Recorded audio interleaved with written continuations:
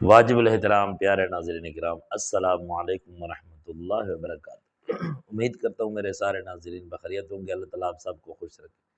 ناظرین کرام، آج کی ویڈیو میں آپ کو سناؤں گا انجینئر محمد علی مرزا صاحب کی ایک ویڈیو اور ایک بیان، جو کہ انجینئر محمد علی مرزا صاحب ان لوگوں کو جواب دیتے ہیں جنہوں نے انجینئر محمد علی مرزا صاحب کو چیلنج دیا تھا کہ ہمارے ساتھ مناظرے کے لیے بیٹھیں، اور جب بھی انجینئر محمد علی مرزا صاحب ہمارے ساتھ مناظرے کے لیے بیٹھے گا تو یہ اس کا علمی آخری دن ہوگا۔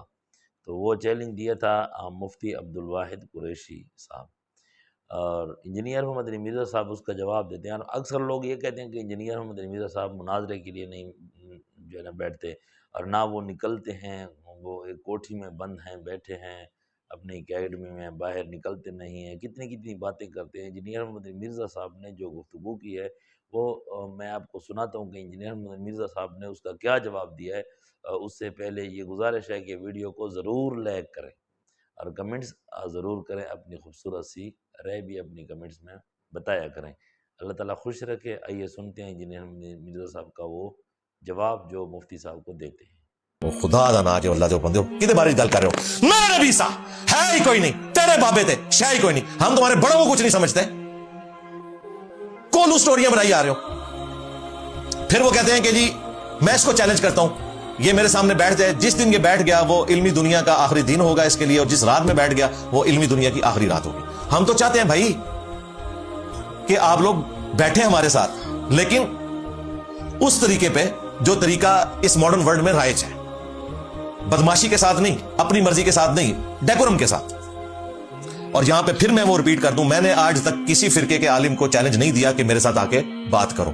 یہ جتنی باتیں ہیں یہ جواب کے طور پر ہے۔ ہاں، جس طرح کافر بات کرتے تھے تو آیات نازل ہوتی تھی، قل اے نبی تم فرماؤ، اس طرح ہم نبی الاسلام کے ڈاکیے کی حیثیت سے جب یہ ہمیں چھیڑتے ہیں نا، اب چونکہ ہماری باتوں کا تو جواب کوئی نہیں ہے، تو آخر میں انہوں نے ایک مرغے کی ٹانگ پکڑی ہوئی ہے کہ اچھا ہمارے سامنے بیٹھ جائے۔ تو میں نے تنگ آ کے کہا تھا کہ تمہاری خواہش پہ اگر حق پہ ہونے کی دلیل یہی ہے تو میں یہ بھی کرنے کے لیے تیار ہوں، تمہاری خواہش پہ، میری خواہش پہ نہیں۔ ہم نے تو پہلے دن سے لکھ کے لگایا ہوا یہاں پہ کہ ہم مناظروں کو درست نہیں سمجھتے، اس لیے کہ اس میں سے کبھی کچھ نہیں نکلا، اینڈ پہ سارے ایک دوسرے کو کافر کہہ کے اٹھتے ہیں۔ ویسے بھی قانونی طور پہ اس کی اجازت نہیں ہے، اس کے لیے پوری ایک اجازت لینی پڑتی ہے، پورا ڈیکورم ہوتا ہے، اور آج کل کے ماحول میں تو وہ بھی نہیں ہے۔ پھر بھی میں نے کہا تھا کہ ٹھیک ہے، تم اسے مناظرے کا نام نہ دو، تمہاری خواہش ہے نا کہ میں بیٹھوں، تو علمی گفتگو ہو سکتی ہے، 10 منٹ میں تم مقدمہ بیان کرو، 10 منٹ میں میں کرتا ہوں، پھر اگلے 10 منٹ میں تم ریبٹل کرو، پھر اگلے 10 منٹ میں میں کر دوں گا، پبلک فیصلہ کر لے گی، اور یہ بھی تمہاری خواہش کے اوپر۔ لیکن اس کے لیے میں نے شرط رکھی تھی کہ تم لوگ تو لاکھوں میں ہو، مجھے تو عمر نو بھی مل جائے نا تو میں بریلوی دیوبندی اہل حدیث علماء کے ساتھ گفتگو نہیں کر سکتا، کیونکہ ان کے تو علماء ہی لاکھوں میں، عوام کروڑوں میں ہے۔ تو بہتر یہ ہے کہ ایک اپنا بڑا لانچ کر دو، اور یہ بھی تمہاری خواہش میں، یہ میں بار بار ریپیٹ کر رہا ہوں، کیونکہ ہمارے اسٹوڈنٹس بھی بعض اوقات ان کی گفتگو سن کے ڈی ٹریک ہوتے ہیں کہ انجینئر صاحب ان کو چیلنج کر کے بلواتے ہیں اور پھر بات نہیں کرتے۔ میں نے آج تک کسی کو چیلنج کر کے نہیں بلوایا، ہمیشہ جواب دیا ہے، اور جس نے آنا ہے وہ اتوار کو آئے۔ اگر زبردستی آنے کی کوشش کرے گا تو وہ نیچے آپ کے سامنے سیکورٹی کھڑی ہوئی ہے، طریقے سے آیا جاتا ہے۔ پھر مجھے بتائیں کہ بریلوی دیوبندی اہل حدیث آپس میں ایک دوسرے کے ساتھ اس طرح بات کرتے ہیں؟ آج تک آپ نے سنا ہے کہ دیوبندی جلوس لے کے بریلویوں کے مدرسے کے باہر پہنچ جائیں اور کہیں کہ ہمارے بزرگوں نے تمہیں شیطانی لشکر ڈکلیئر کیا ہے تو ہم تم سے مناظرہ کرنے آئے ہیں کہ باہر نکلو؟ ہوا ہے؟ آج تک بریلوی پہنچے کبھی دیوبندیوں کے مدرسے کے باہر کہ ہمارے اعلیٰ حضرت نے تمہیں مرتد اور واجب القتل ڈکلیئر کیا تو ہم آپ کو شہید کرنے آئے، باہر نکلو؟ ادھر کیا لینے آتے ہو؟ شرارت کرنے۔ ورنہ اگر یہ مخلص ہیں تو آپس میں تو ایک دوسرے کو کافر کہتے ہیں نا، تو ایک دوسرے کے مدارس میں بھی جایا کریں نا، اس طرح موب لے کے نہیں جاتے کیوں؟ وہ کہتے ہیں بھائی یہ ساری دکانیں چل رہی تھی، انجینئر صاحب کتوں آگے نے ساری دکانداری خراب کرنا۔ حالانکہ میں نے دکانداری خراب نہیں کی، واللہ پہلے دن سے نہ کوئی چندہ بک بنائی، نہ کوئی مسجد بنائی، یہ جگہ بھی کرائے کے اوپر ہے، چندہ ان کو دیتے ہیں، نمازیں ان کے پیچھے پڑھتے ہیں، صرف اس لیے کہ یہ بہانہ نہ ان کو مل جائے کہ انجینئر صاحب بھی ایک فرقہ لانچ کر رہے ہیں، اس سے ہی کمائی کریں گے، کیونکہ ان کو پتہ ہے ان کے بڑوں نے اسی طریقے سے اپنی دکانداری چمکائی تھی نا۔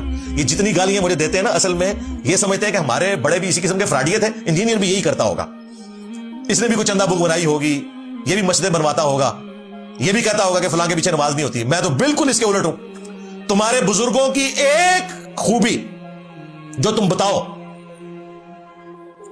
اور وہ ہم میں موجود نہ ہو، اور تمہارے بزرگوں کی ایک گندگی بتاؤ جو ہم میں موجود ہو، اور ہماری کوئی ایک خوبی جو تمہارے بزرگوں میں موجود ہو۔ تو میں نے کہا تھا کہ آپ اپنے بڑے کو لانچ کریں، وہ بھی آپ کی خواہش کے اوپر۔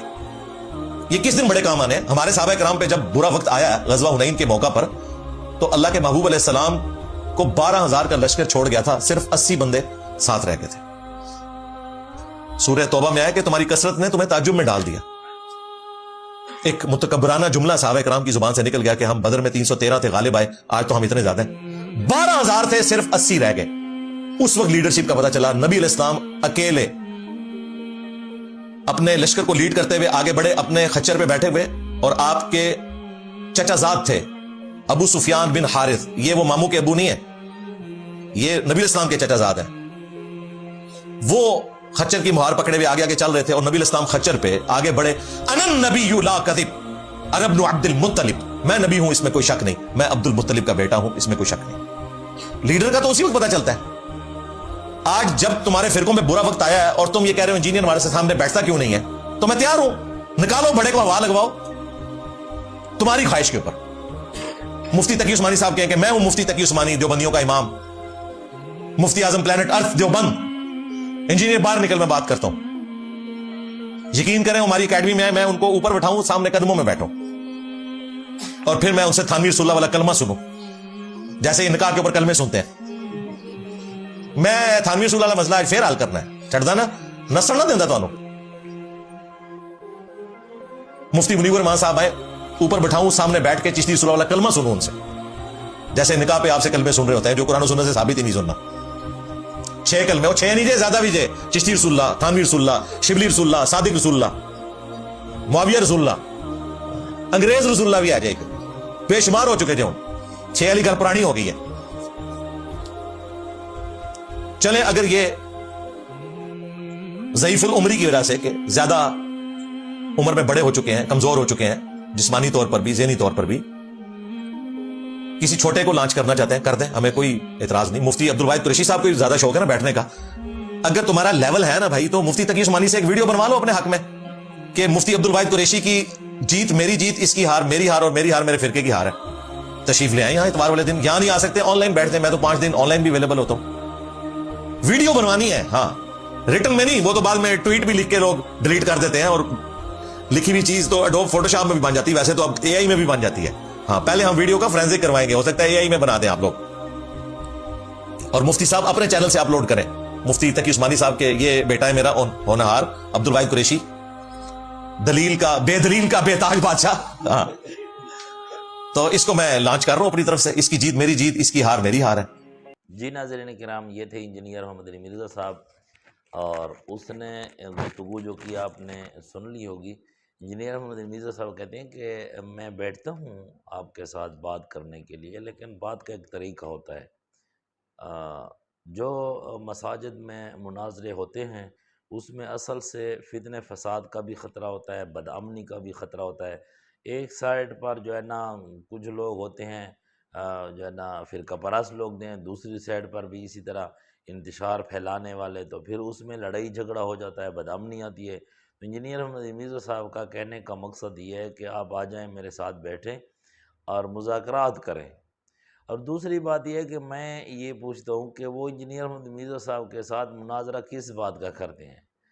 یہ بات کریں کہ انجینئر محمد مرزا صاحب اس بات کو مان لے کہ فرقہ واریت پھیلائیں، ٹھیک ہے، مساجد کو علیحدہ کریں، ایک دوسرے کے پیچھے نمازیں نہ پڑھیں، ایک دوسرے کے پر کفر کے فتوے لگائیں، مسلمان پر مشرک کا اور بدعتی کا اور کفر کا یہ فتویٰ لگائے، اور یا انجینئر محمد مرزا صاحب جو ہے ان کے ساتھ یہ بات مان لے کہ قرآن و حدیث کو چھوڑ کر کہانیوں کے پیچھے جائیں، اسٹیجوں پر، ممبروں پر، مساجد میں کہانیاں شروع کریں، مساجد کے اوپر جو ہے نا مساجد کے اندر اور ممبروں پر اور مساجد کے اندر جو ہے نا ایک دوسرے کو گالی گلوچ دیں۔ کیا اس بات کا مناظرہ کریں؟ کس بات کا آخر مناظرہ کریں انجینئر محمد مرزا صاحب؟ حالانکہ وہ قرآن و حدیث تو بیان کرتے ہیں، ساتھ حوالہ بھی پیش کرتے ہیں، باقی کمی کوتاہی جو ہوتی ہے وہ تو ہر آدمی کے اندر ہے، ٹھیک ہے، تو ہم ایسی باتوں سے بچیں۔ وَاعْتَصِمُوا بِحَبْلِ اللَّهِ جَمِيعًا، اللہ تعالیٰ کی رسی کو مضبوطی سے پکڑیں اور تحقیق کریں، خود سیکھیں۔ تو اللہ تعالیٰ سے دعا ہے کہ اللہ تعالیٰ ہم سب کو صراط مستقیم پر چلنے کی توفیق عطا فرمائے۔ اقول قولی ھذا استغفر اللہ لی وَلَكُمْ وَلِسَائِرِ الْمُسْلِمِينَ وَاسْتَغْفِرُوهُ إِنَّهُ هُوَ الْغَفُورُ الرَّحِيمُ۔